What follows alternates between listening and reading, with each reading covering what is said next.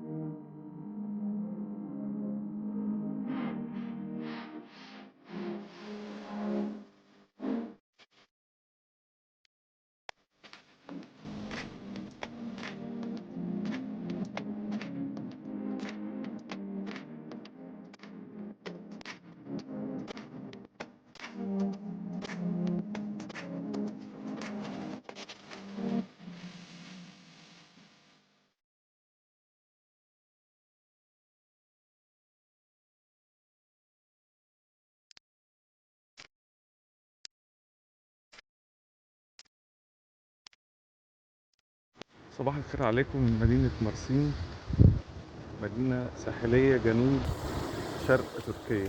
ده الفندق اللي أنا قاعد فيه، ده نمرة 1 على البحر على طول.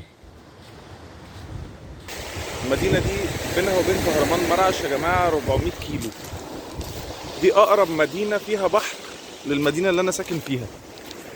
عشان كده غالبا بسبب ظروف مرضي السنة اللي فاتت وسبب بعد المدينة اللي أنا ساكن فيها عن البحر، ما رحتش. الصيف عدى عليا بسرعة من غير ما ألحق أروح بحر، لأن هنا كمان الصيف بيبقى شهرين بس، مش زي عندنا من شهر 4 لحد شهر 10 صيف.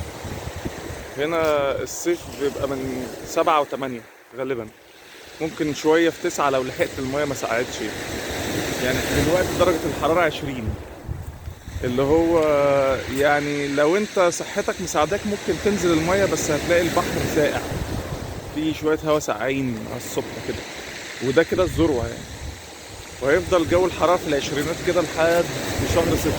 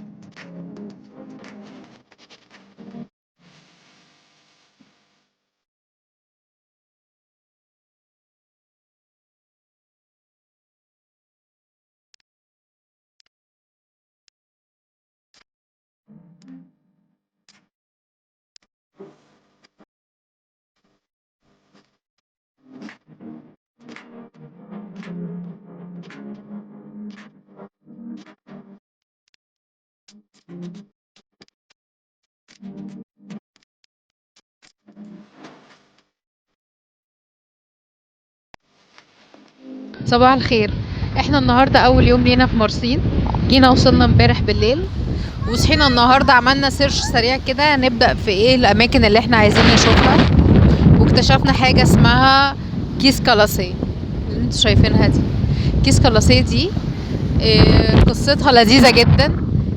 دي عبارة عن جزيرة في وسط المية، يعني هي صخرة كبيرة، جزيرة على بعد 400 متر من الشط.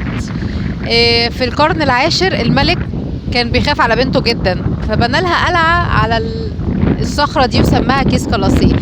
كيس يعني بنت، وكالاسي يعني قلعة، فدي قلعة البنت او قلعة الفتاة عموما يعني.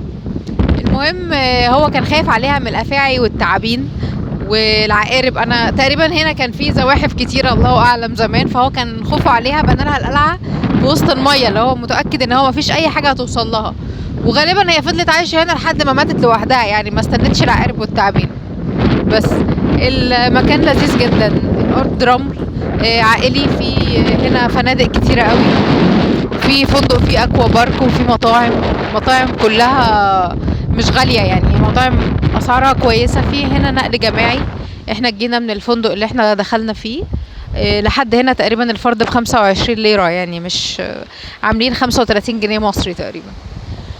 وفي هنا برضو زي بقايا معبد او قلعة تانية، او ممكن يكون الملك كان قاعد هنا عشان يبص على بنته في القلعة بتاعتها، مش عارفة يعني. احنا لسه هنكتشف، واليوم معانا وتابعونا.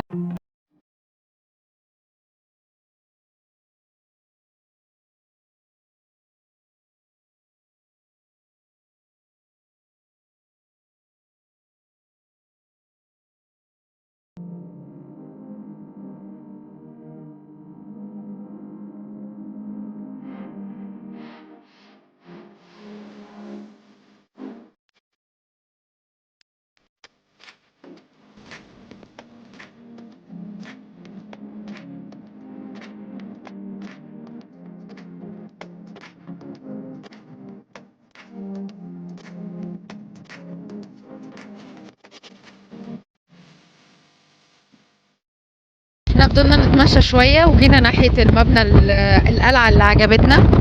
المهم يعني ان القلعة دي طلعت فعلا قلعة زي ما تخيلنا، وهي اسمها كريكوس، بترجع للعصر البيزنطي. وكان هنا المدينة هنا مشهورة جدا بالصيد بالملاحة، مشهورة جدا بأنواع كتيرة قوي من زيت الزيتون، مشهورين قوي بالواين اللي هي صناعة الخمور عموما يعني. فزي ما توقعنا، وغالبا ممكن يكون ابو البنت كان قاعد هنا بيراقبها بس عشان لو عقربة نطت ولا حاجة. بس بعد ما عملت سيرش اكتشفت ان في مكان بعد القلعة بحوالي 4 كيلو اسمه مغارة الجنة والنار، هيفن اند هيل بالانجليزي، او جنات جهنم مغارسي بالتركي. ورايحين بقى نستكشف المغارة ديت ونشوف ايه شكلها عامل ازاي وايه دنيتها. يلا بينا.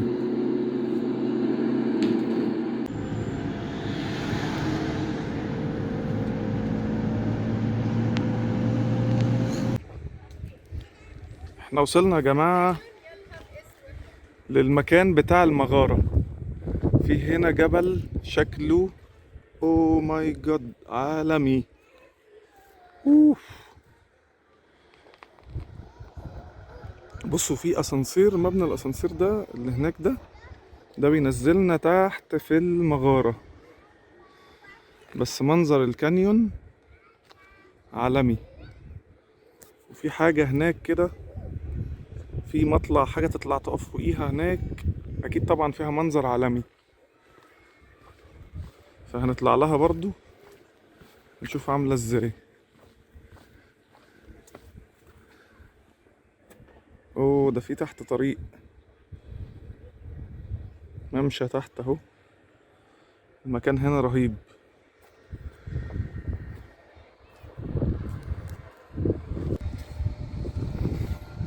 في ونش وفي اصلاحات بتتم، ربنا يستر ما نتحبس في المغارة.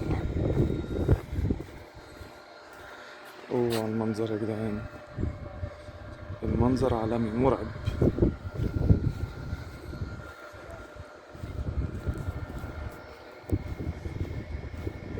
هو شغال اصلا ولا هم معطلينه؟ هو انا شايفه ناس تحت قوي. بص في ناس تحت اهم. اه اوف على العمق. لا ده الناس بينزلوا مشي. بصي بصي بصي شايفه؟ في مشي وفي حته. هو على فكرة الاسانسير شكله عطلان. بداية طريق الكفاح يا جماعة. طلوع طلوع طلوع طلوع، وبعد كده في نزول نزول نزول نزول وايه، ومعانا فهد وهناء ما شاء الله. يلا تمارين، يلا يا اولاد. احس يعني في امل. في امل يعني، فيها نص كيلو خسسان. انا على فكره كنت لسه قايله على النص كيلو ده واحنا طالعين من على الطريق نفسه. يعني انا كده المفروض اخس في اليوم ده 2 كيلو 3 كيلو. انا من يوم ما جيت تركيا بتخن بس. يا حبيبتي بطلي تاكلي شاورما، كفايه يا جماعه ما شاورما. بحبش الشاورما والله، اكلهم وحش. هو الطفلي والدندورما منهم لله. مش بحبها. وانت ما بتتخنش ليه انت؟ ما هو بيحرقهم يا عيني نص ساعه، تخيل نص ساعه فيها نص كيلو من ده هيبقى ايه قد ايه؟ اه ده اللي مظلوم فينا ده.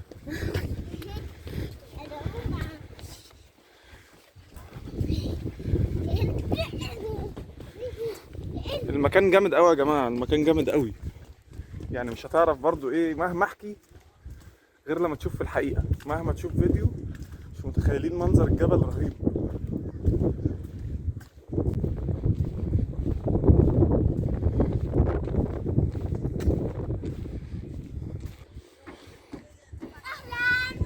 اهلا يا دودو.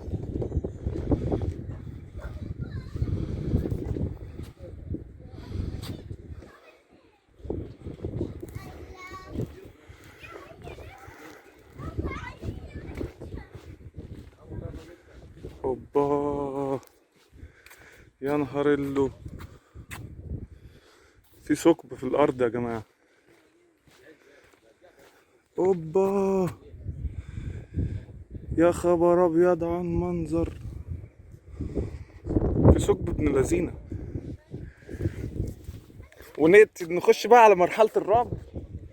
الارض ازاز يا جماعه، الارض ازاز يا جماعه. اوه ماي جاد، احنا واقفين فوق ثقب ابن لذينه في الارض. وانا خايف. انا خايف.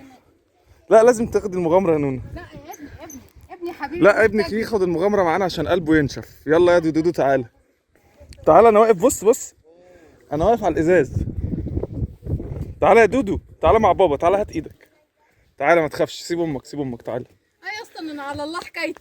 ودودو ماشي على الازاز زي البطل. دودو ماشي على الازاز زي البطل اهو. يلا يا دودو تعالى، يلا استنى.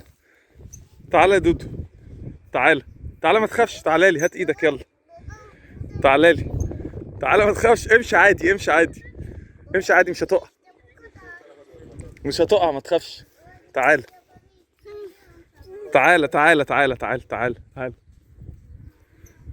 تعالى يا نونا، بص هنا بتحاول. تعالى ما تخافيش تعالى، مش هتقع.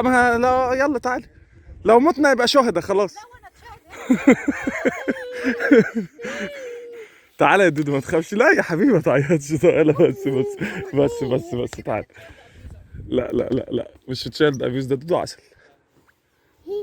أبي تعالي ماما تشيل براها. لا وخلي بالك المكان بيتحرك، يعني الارض. طلعت على البتاع، ما تقوليش اكتر من كده بقى. الارض بتتحرك. بص نونا خدت الخطوه.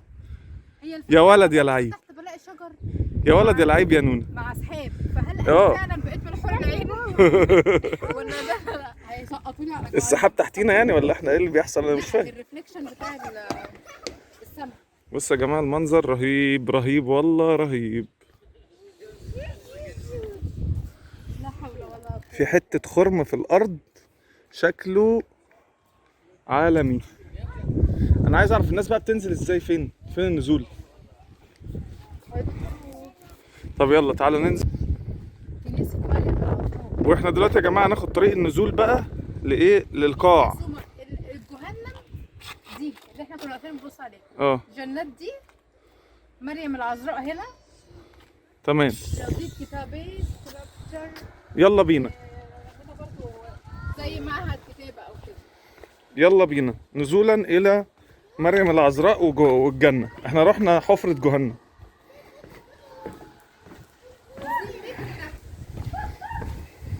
اه 50 متر هنطلعوا ازاي على رجلنا؟ بص المنظر بس هنا. اوه